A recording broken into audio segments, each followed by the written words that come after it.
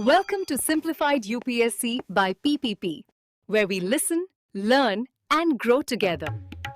Detailed lecture notes in English and Hindi, plus practice questions for prelims and mains, only on our Telegram channel. Link in description. Like and subscribe for more. Simplified UPSC by PPP YouTube channel की तरफ से the deep dive में आपका स्वागत है।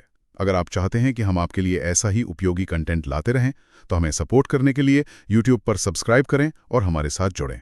आज हम एक बहुत ही बुनियादी लेकिन शायद सबसे ज़रूरी सवाल पर बात कर रहे हैं। हम सब समाज में रहते हैं, रोज़मर्रा की ज़िंदगी में इसे अनुभव करते हैं, तो हमें लगता है कि हम इसे जानते हैं। तो फिर एक समाजशास्त्री का ज्ञान हमारे कॉमन सेंस से अलग कैसे है? आज हम एनसीईआरटी की किताब के एक बहुत ही महत्वपूर्ण अध्याय समाजशास्त्र करना, अनुसंधान पद्धतियां यानी डूइंग सोशियोलॉजी, रिसर्च मेथड्स की गहराइयों में उतरेंगे। ये एक शानदार सवाल है और इसका जवाब एक शब्द में है, मेथड, मतलब पद्धति।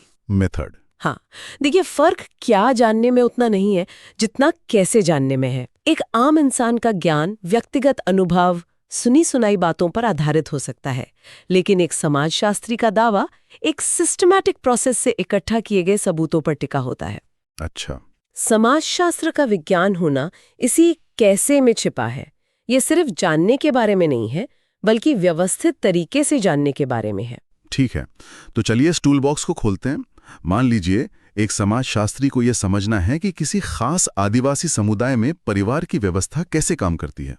अब सिर्फ बाहर से देखकर तो पूरी कहानी पता नहीं चलेगी, तो वो क्या करते हैं? इसके लिए वो समाजशास्त्र के सबसे इमर्सिव, सबसे गहरे टूल का इस्तेमाल करते हैं, सहभागी अवलोकन या पार्टिसिपेंट ऑब्जर्वेशन। सहभागी अवलोकन? हाँ, आप इसे सोशल रिसर्च की मेथड एक्टिंग समझ सकती हैं।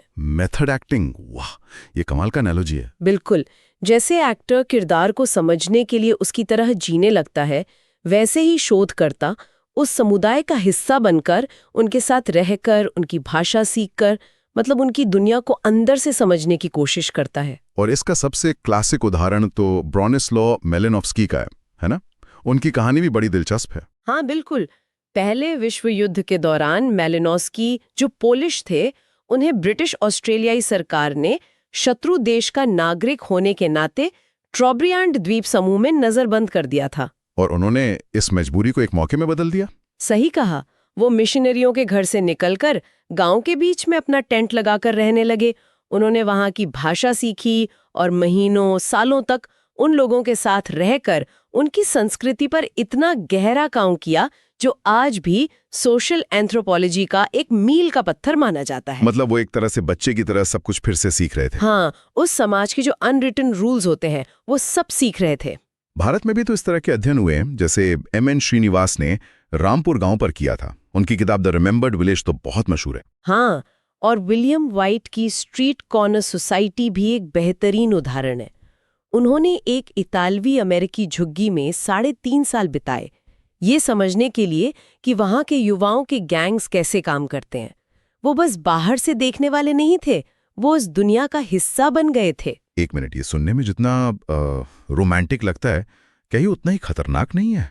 मतलब एक शोधकर्ता की मौजूदगी से ही क्या लोगों का व्यवहार नहीं बदल जाएगा? वो शायद वही दिखाएं जो शोधकर्ता देखना चाहता है। और शोधकर्ता के अपने पूर्वाग्रह, अपनी बैकग्राउंड, उसका क्या वो सच में ऑब्जेक्टिव रह सकता है? ये इस मेथड की सबसे बड़ी चुनौती है। आपने बिल्कुल सही नस पकड़ी है। अच्छा। इसी को समाजशास्त्र में रिफ्लेक्सिविटी कहते हैं, यानी इस बात को लगातार मानना कि शोधकर्ता खुद उस रिसर्च का एक हिस्सा है और उसकी अपनी पहचान, उसके अपने विचार रिसर्च को प्रभावित कर सकते हैं। तो इसका हल क्या है? इसीलिए एक अच्छा शोधकर्ता अपनी डायरी में सिर्फ लोगों के बारे में नहीं, बल्कि अपने अनुभवों, अपनी भावनाओं और अपनी मुश्किलों के बारे में भी लिखता है। वो ये मानता है कि वो कोई भगवान नहीं है जो बाहर से सब देख रहा है, बल्कि वो भी उस कहानी का एक पात्र है। और हाँ, इसका एक और बड़ा लिमिटेशन है। ये आपको एक गांव, एक गली की हाई डेफिनेशन तस्वीर तो देता है, लेकिन आप उस एक तस्वीर के आधार पर पूरे देश के बारे में दावा नहीं कर सकते। तो यहीं पर दूसरा टूल काम आता है। अगर हमें एक गली की नहीं बल्कि पूरे देश की कहानी समझनी हो, जैसे ये जानना हो कि पूरे भारत में लिंगानुपात क्यों गिर रहा है या बेरोजगारी की दर क्या है, हाँ, तब तो एक एक गांव में सालों तक रहना संभव नहीं है। तो समाजशास्त्री इस बिग पिक्चर को कैसे देखते हैं? इसके लिए वो अपने टूल बॉक्स से सबसे शक्तिशाली दूरबीन निकालते हैं, जिसे सर्वेक्षण या सर्वे मेथड कहते हैं। सर्वे। हाँ, ये पार्टिसिपेंट ऑब्जर्वेशन से बिल्कुल उल्टा है। जहां पहला गहराई मतलब डेप्थ पर फोकस करता है, वहीं सर्वेक्षण विस्तार यानी ब्रेथ पर। इसमें एक पहले से तैयार की गई प्रश्नावली का इस्तेमाल करके हजारों लाखों लोगों से जानकारी इकट्ठा की जाती है। जैसे हमारी जनगणना यानी सेंसस। हाँ, सेंसस, हर 10 साल में होने वाला वो विशाल अभ्यास। हाँ, भारत का सेंसस दुनिया का सबसे बड़ा सर्वेक्षण है। वो हर घर, हर व्यक्ति तक पहुंचता है। इसके अलावा हमारे पास राष्ट्रीय नमूना सर्वेक्षण संगठन NSSO है, जो हर साल गरीबी, बेरोजगारी जैसे मुद्दों पर सैंपल सर्वेज करता है। सही बात है। देखिए, लिंगानुपात जैसी समस्या किसी एक परिवार को देखकर नहीं समझी जा सकती। वो एक पैटर्न है जो तभी दिखता है जब हम बड़े पैमाने पर डेटा जमा करते हैं। सर्वे हमें वही सैटेलाइट व्यू देता है। और यही डेटा तो UPSC की तैयारी की रीढ़ है। GS पेपर्स में चाहे गरीबी पर सवाल हो, जनसंख्या पर, जवाबों में सेंसस या NSO के आंकड़ों का जिक्र करने से आर्ग्यूमेंट में वजन आता है। बिल्कुल, लेकिन यहां भी एक लेकिन है। अच्छा। जिस तरह पार्टिसिपेंट ऑब्जर्वेशन 1 इंच चौड़ा और 1 मील गहरा होता है, सर्वे 1 मील चौड़ा और 1 इंच गहरा होता है। मतलब आप ये कह रही हैं कि ये हमें बताता है कि क्या हो रहा है, पर ये नहीं बताता कि क्यों हो रहा है। एग्जैक्टली। जैसे सर्वे बता देगा कि 70% युवा वोट नहीं देना चाहते, लेकिन ये नहीं बताएगा कि उनके मन में राजनीति को लेकर गुस्सा है, निराशा है, या बस उन्हें कोई फर्क ही नहीं पड़ता। आपने एकदम सही समझा। उन चेकबॉक्सेस में इंसानी भावनाओं की कॉम्प्लेक्स रियलिटी तो खो जाती है। यही इसकी सीमा है। आप जटिल सामाजिक हकीकत को कुछ सवालों में कैद करने की कोशिश करते हैं। और दूसरा बड़ा खतरा है सवालों के डिजाइन में। अगर आपका सवाल थोड़ा भी बायस्ड है, तो आपको मिलने वाला डेटा पूरी तरह से गुमराह करने वाला हो सकता है। तो हमारे पास एक तरफ माइक्रोस्कोप है, यानी पार्टिसिपेंट ऑब्जर्वेशन, जो एक सेल को बहुत बारीकी से दिखाता है, और दूसरी तरफ सैटेलाइट है, यानी सर्वे, जो पूरे महाद्वीप का नक्शा दिखाता है। लेकिन क्या कोई ऐसा तरीका है जो इन दोनों के बीच का हो? हाँ, एक तरह से है, और वो है साक्षात्कार या इंटरव्यू। इंटरव्यू? इसे आप एक इन्वेस्टिगेटिव जर्नलिस्ट का तरीका समझ सकते हैं। वो किसी के साथ सालों तक रहता नहीं और ना ही हजारों लोगों को फॉर्म भरने को देता है। वो कुछ चुनिंदा लोगों के साथ बैठकर गहरी लंबी बातचीत करता है। ये दिलचस्प है। तो ये सर्वे से कैसे अलग हुआ? सर्वे में भी तो सवाल ही पूछते हैं। बहुत बड़ा फर्क है। इंटरव्यू फ्लेक्सिबल होते हैं। ये 2 तरह के हो सकते हैं, स्ट्रक्चर्ड यानी संरचित और अनस्ट्रक्चर्ड यानी असंरचित। एक स्ट्रक्चर्ड इंटरव्यू तो एक तरह का वर्बल सर्वे ही है, जहां आप हर किसी से बिल्कुल वही सवाल पूछते हैं। ठीक है।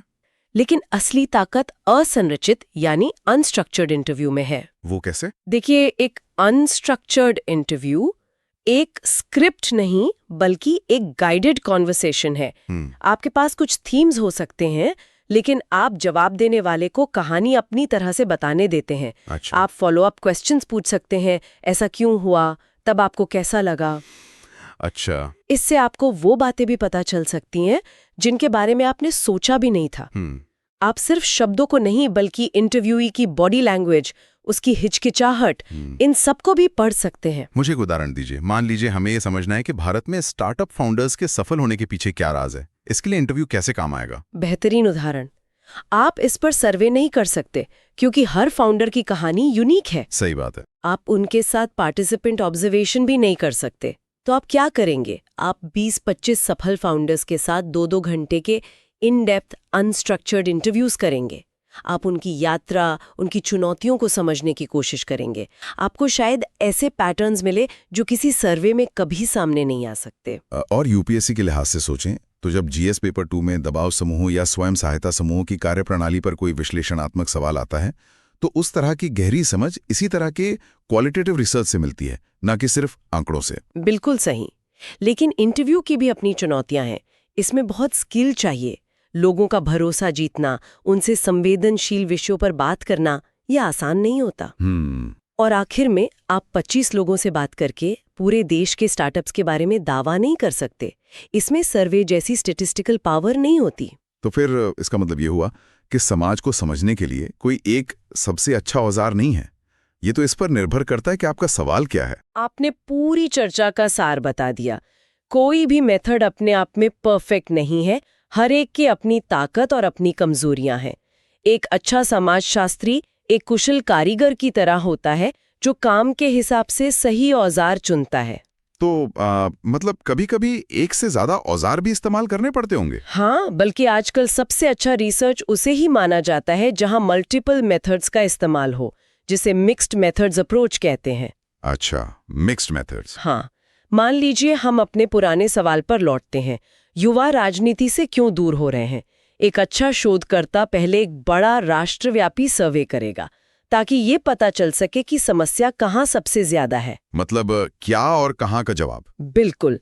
फिर वो उन हॉटस्पॉट्स में जाकर युवाओं के साथ इन डेप्थ इंटरव्यूज और फोकस ग्रुप डिस्कशन करेगा ताकि उस क्यों को समझ सकें। समझ गया। तो सर्वे के आंकड़े और इंटरव्यू की कहानियां मिलकर एक ज्यादा कंप्लीट और विश्वसनीय तस्वीर बनाती हैं। सही। ये तो किसी भी यूपीएससी एस्पिरेंट के लिए की टेक अवे है। अपने मेंस के जवाब में सिर्फ आंकड़े न लिखें बल्कि उनकी सीमाओं को भी समझें। ये तर्क दिया जा सकता है कि हालांकि सरकारी सर्वेक्षण ये दिखाते हैं, जमीनी स्तर पर की गई गुणात्मक स्टडीज एक ज्यादा जटिल हकीकत सामने लाती हैं। एब्सोल्युटली, ये एक टॉप टियर आंसर की निशानी है। It shows you're not just repeating facts, but critically engaging with how knowledge is produced. तो आज हमने समाजशास्त्र के टूल बॉक्स को खोला और देखा कि समाज की सच्चाई तक पहुंचने के रास्ते कितने अलग-अलग हो सकते हैं। एक रास्ता है किसी दुनिया में पूरी तरह डूब जाने का, दूसरा है आसमान से उसकी बड़ी तस्वीर खींचने का, और तीसरा है कुछ लोगों के साथ बैठकर उनकी कहानियों को गहराई से सुनने का। और चलते चलते एक विचार छोड़ जाती हूँ। पहले समाजशास्त्री किसी समुदाय पर अध्ययन करते थे, किताब लिखते थे और बात खत्म। लेकिन आज जब वो रिसर्च रिपोर्टें उन्हीं लोगों तक वापस पहुंचती हैं जिनका अध्ययन किया गया था, तो वो लोग खुद उन पर सवाल उठा सकते हैं।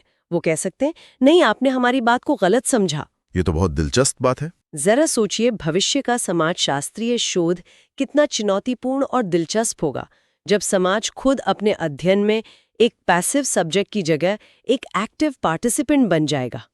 क्या ये ज्ञान को और ज्यादा लोकतांत्रिक बनाने की दिशा में एक बड़ा कदम नहीं है? ये चर्चा आपको कैसी लगी, हमें जरूर बताएं। और ऐसे ही और गहन विश्लेषण के लिए simplified UPSC by PPP YouTube channel को सब्सक्राइब करना ना भूलें। अगली बार फिर मिलेंगे एक नए विषय के साथ। Thanks for watching. Follow us on Telegram and Instagram. Don't forget to like, share, and subscribe.